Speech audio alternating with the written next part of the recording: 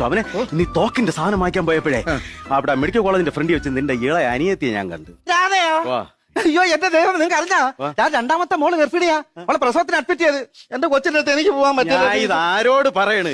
ഇടി പ്രസവാദി കയറി അവളെ കണ്ടിട്ടല്ലേ ഞാൻ വരുന്നത്. എന്റെ കൊച്ചിനെ കണ്ടു. എന്നിട്ട് എന്റെ കുഞ്ഞിന് അങ്ങനെ ഉണ്ട്. കുഴപ്പമൊന്നുമില്ല.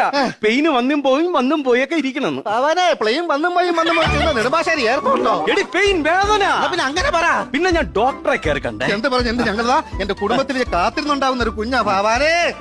ഒരു ഉത്തരവാദിത്തം കാണിക്കണമല്ലോ. പിന്നെ ഡോക്ടറോട് കാര്യം ചോദിച്ചു. സുനന്ദ മോളെ പരിശോധിച്ചു.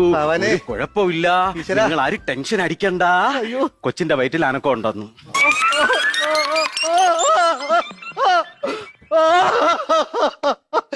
എന്റെ അനിയത്തിയുടെ കൊച്ചിന്റെ വയറ്റിൽ അന്നാക്കോണ്ടേ.